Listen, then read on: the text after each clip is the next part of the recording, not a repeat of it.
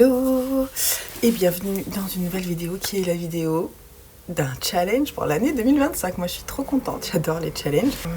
Oh là là, mes cheveux sont très longs là, je me rends compte.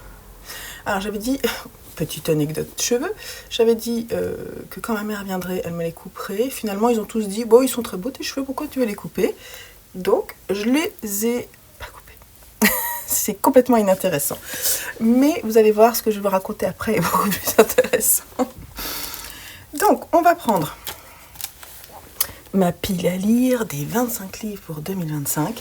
2025, c'est dans combien de jours? Au jour où je vous parle, on est le 28, donc c'est dans 3 jours. Il va falloir s'y mettre. Donc là, ce que je vais faire, c'est pour ça que je prends ce plan ici, c'est que je vais faire une pile de grand format, une pile de poche ici. Et l'idée, c'est que ça monte, vous voyez, parce que 25, c'est quand même pas mal. Alors, il faut savoir que 25, c'est quand même beaucoup, et donc c'est une pile à lire que je veux vraiment lire dans son intégralité. Donc, il n'y a pas de demi-mesure, c'est-à-dire que je ne vais pas dire « Ah ben non, finalement, je ne veux pas le lire ». Non, non, vraiment, là, ce sont les livres que je souhaite lire, ceux qui me font le plus envie, ou ceux où je me dis « Non, franchement, il faut que tu le lises en 2025, quoi. T'as pas le choix, parce que sinon, après, c'est dommage, quoi. Ça reste dans ta pile. Non, ceux-là, il ne faut pas qu'ils restent, il faut qu'ils soient lus. » Donc, pour me faciliter un petit peu la tâche, j'ai mis 5 graphiques, donc ce qui fait 20 romans et 5 graphiques à lire. Oui, c'est un peu plus simple, mais vous allez voir que la taille des graphiques est quand même, c'est pas rien, quoi. Voilà. On va partir avec En fait, on va partir dans le sens de la sélection que j'ai faite pour les vlogs, pendant les vlogmas. Si vous m'avez suivi, du coup, ça va être un peu redite. Ça va être une vidéo un peu courte, vous inquiétez pas. Par contre, si vous ne m'avez pas suivi, ça va vous intéresser puisque vous n'aurez pas vu cette sélection-là. Et je comprends parce que le vlogmas, c'est un peu...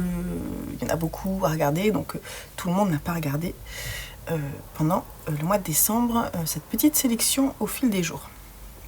Donc on va commencer avec les deux qui sont, que je vais lire d'ailleurs en janvier, qui ont été choisis très facilement. On a Une colonne de feu de Ken Follett, le tome 3 de la saga Kingsbridge, parce qu'une de mes ambitions pour 2025 est de terminer cette saga, de lire celui-ci, puis le dernier tome, je ne sais plus comment il s'appelle, ainsi que le préquel. Donc je vous les proposerai en lecture commune. D'ailleurs, il y a une lecture commune qui commence pour celui-ci dans 3 jours, 4 jours, le 1er janvier.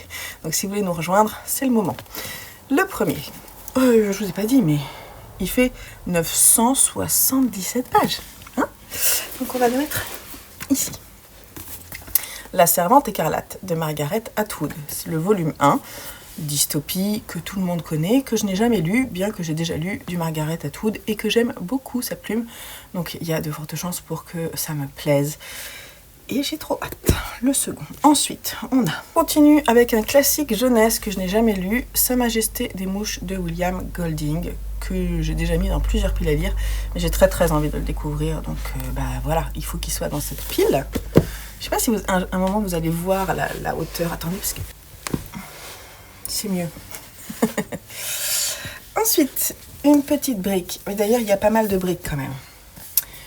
Elantris de Brandon Sanderson, donc un maître de la fantaisie que je n'ai jamais lu, dans une intégrale. Et c'est pareil, celui-ci, il fait 985 pages. Vous n'apercevez pas encore. De toute façon, à la fin, je ferai une photo. Je vous montrerai. Ensuite, voilà, puisque c'est le 5e, c'est une BD. Le poids des héros de David Sala chez Casterman, parce que c'est un cadeau et que je m'en veux de ne pas l'avoir encore lu, surtout que j'ai très envie de le découvrir. Donc, voilà, donc on va le mettre dans les grands formats. Ensuite, on a La lettre écarlate de Nathaniel Hawthorne. Alors, c'est un classique de je sais pas quel genre. Un classique. Mais je vais surtout le lire dans cette très belle édition que je me suis offerte, parce qu'en fait je l'ai acheté en financement participatif pour soutenir le travail de Minnie Maki, qui est une illustratrice que j'aime beaucoup. Donc voilà, il est possible que ces deux-là, je vais les mettre quand même les deux. Donc splendide, je vais me régaler, je pense. Bien entendu, c'est le texte intégral qui est illustré. Ensuite, on a... donc là, il est ici. Aussi un classique de la SF, du moins, je ne sais pas quand est-ce qu'il a été écrit. Voilà, un incontournable de la littérature science-fiction. Moi, je pense qu'on peut dire un classique, parce que tout le monde y fait référence. C'est un livre jeunesse qui est paru en 1966. Des fleurs pour Algernon. Je ne sais pas si on dit Algernon, moi je dirais Algernon, de Daniel Keyes. On est chez Flammarion Jeunesse. Voilà, une histoire de transformation du cerveau, mais qui ne fait pas que allusion à ça, c'est-à-dire que ça parle aussi du fait d'être accepté. Enfin, je sais pas, je pense que c'est au-delà des expériences scientifiques, je pense. On a... Celui-là, je suis très impatiente, mais en même temps, je suis comme ça. American Psycho de Bret Easton Ellis, ici chez 10-18. Un livre recommandé par beaucoup de personnes, notamment mon beau-père, voilà, que je n'ai jamais lu. C'est un de mes films préférés, avec un de mes acteurs préférés. Et voilà, j'ai très envie de le découvrir en roman parce qu'apparemment, il est très bien. Il fait aussi plus de 500 pages. Mais voilà, l'histoire d'un psychopathe, hein, quand même. Est-ce que vous la voyez toujours pas, hein? C'est embêtant. Ensuite, encore un classique de la science-fiction. Et toujours, je pense que c'est aussi de la littérature jeunesse, puisque c'est édité chez PKJ. La planète des singes de Pierre Boulle. Pareil, un film que j'ai adoré, mais le roman, je ne l'ai jamais lu. Ah, vous commencez à apercevoir. Alors, une BD documentaire, un collectif. C'est pas celui-là. Femme, vie, liberté, sous la direction de Marjane Satrapi, édité chez l'Iconoclaste. C'est une BD documentaire sur le mouvement Femme, vie, liberté qui a eu lieu en 2022 en Iran. C'est une BD que mon fils, Simon, me préconise, enfin comment on dit, me recommande, et j'ai très envie de la découvrir. Après, c'est quand même une grosse BD, quoi. Donc c'est pas de la gnagnotte. On va le mettre en dessous. Ah, un joli livre que j'ai depuis un moment et que je n'ai jamais lu, d'un auteur que j'aime bien, puisque c'est lui qui a écrit Swan Song, que j'ai beaucoup aimé. Zéphyr Alabama, de Robert McCammon, édité dans cette très belle édition de Monsieur Toussaint Louverture, qui je crois est très difficile à trouver. C'est un relié, il est splendide, mais c'est aussi un petit pavé, hein, qui fait plus de 500 pages, il fait plutôt 600. Ensuite, celui que je mets dans toutes les piles à lire et que je ne lis jamais alors que j'ai terriblement envie de le lire, Le Chant des Géants de David Brie, chez L'Homme sans nom, dans une version aussi reliée qui est très belle. C'est de la fantaisie, je ne sais pas trop à quoi m'attendre, je ne sais pas si ça va me plaire ou non, mais en tout cas, il est là et cette fois, je le lis en 2025.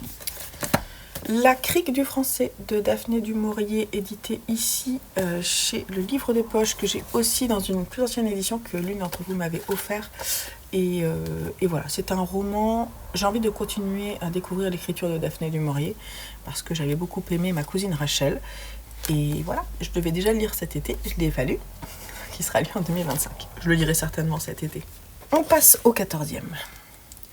Moi, Tituba sorcière de Maryse Condé chez Folio, parce que Maryse Condé nous a quittés en 2024, si je dis pas de bêtises, et je n'ai jamais lu sa plume, et pourtant c'est pas l'envie qui manque, mais plus le temps, on va dire.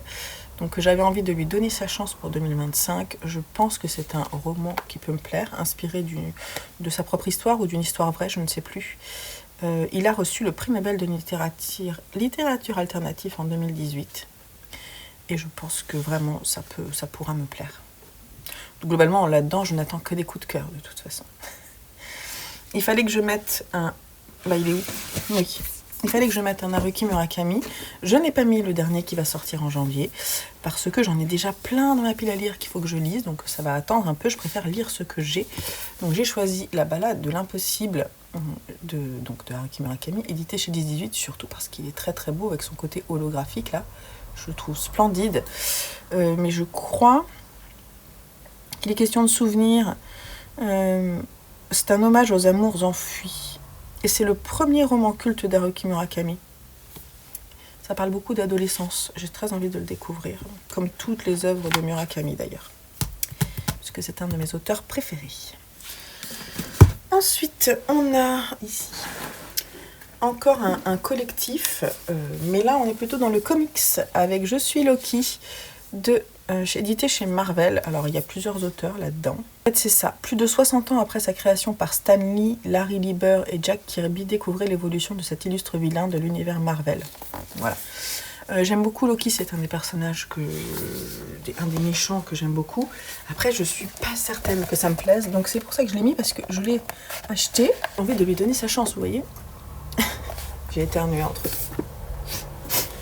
Voilà. Je vais essayer d'empiler les deux piles après. Dans mes sélections sur la fin de cette pile à lire, on est parti sur des choses où je veux me challenger un peu. Puisque là, donc, c'est une BD que je ne sortais pas et je ne suis pas certaine que ça me plaise, on va continuer avec un roman que j'ai déjà commencé et que j'avais abandonné et que j'ai décidé de me racheter pour le recommencer. Les Hauts de Hurlevent d'Émilie Brontë, que je vous proposerai en lecture commune. Si je dis pas de bêtises, je crois que c'est en avril.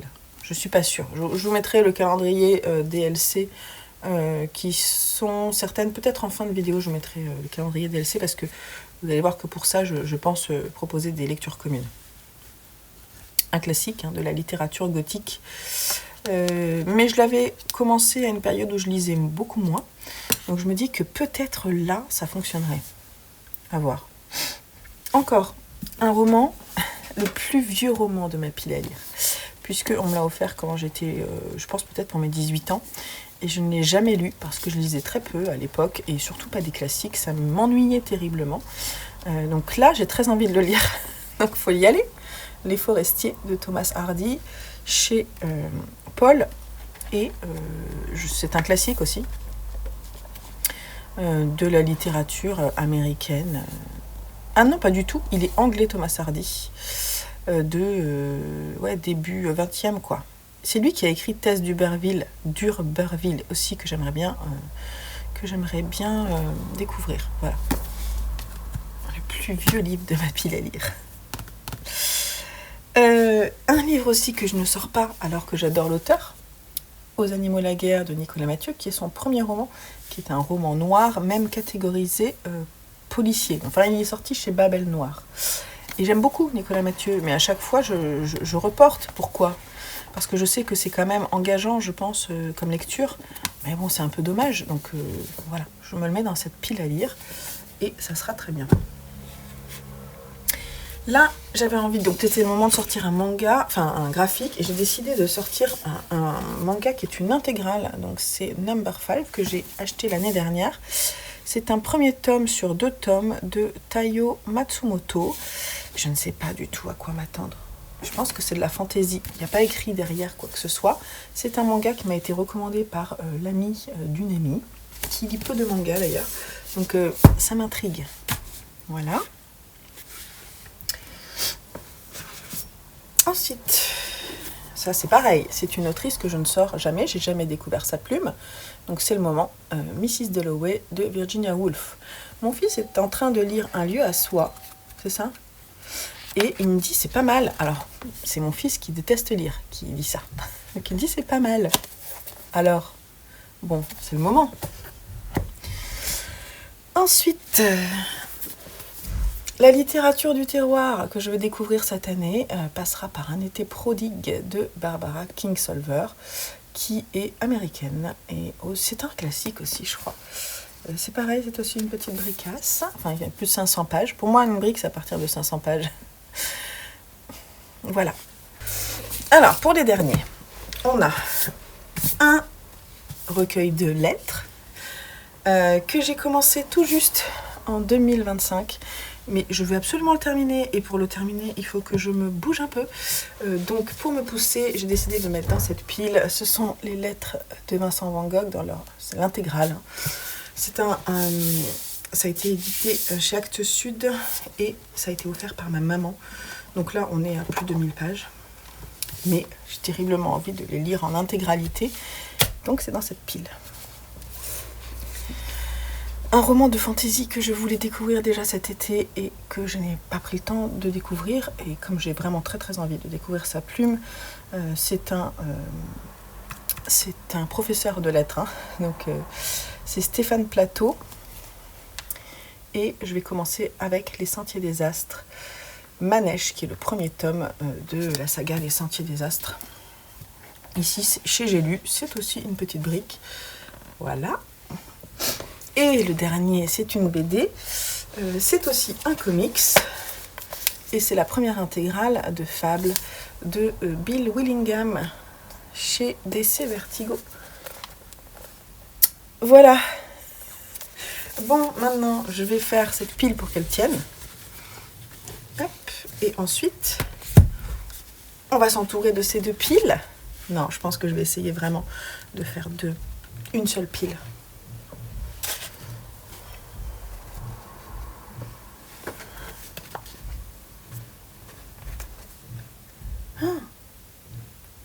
Et ça tient. Donc voilà, les 25 livres que je souhaite lire en 2025. Quand je vois la pile, ça me fait halluciner. Je vous mettrai une vidéo de la pile complète à la fin. Et j'ai trop hâte, voilà, j'ai trop hâte de découvrir toutes ces petites merveilles. J'espère vraiment qu'il y aura des coups de cœur là-dedans. J'ai très envie aussi de vous faire mon petit récap des 24 livres pour 2024, parce qu'il y a eu vraiment des jolies pépites dedans. Donc il y a eu 2 abandons aussi, donc si ça se trouve là-dedans, il y aura aussi des abandons, sait-on jamais. Mais voilà, en tout cas, j'ai très hâte de m'y mettre et j'espère que je vais me régaler. Là où vous me voyez, vous avez l'impression qu'elle n'est pas très stable, mais je vous assure, ça tient. Bon, là-dessus, je vous laisse avec cette belle image de pile à lire et on se retrouve très vite pour une prochaine vidéo sur la chaîne puisque j'ai des choses encore à vous dire, hein. Et on prépare 2025 avec beaucoup d'impatience par ici. Voilà. Allez, bye bye!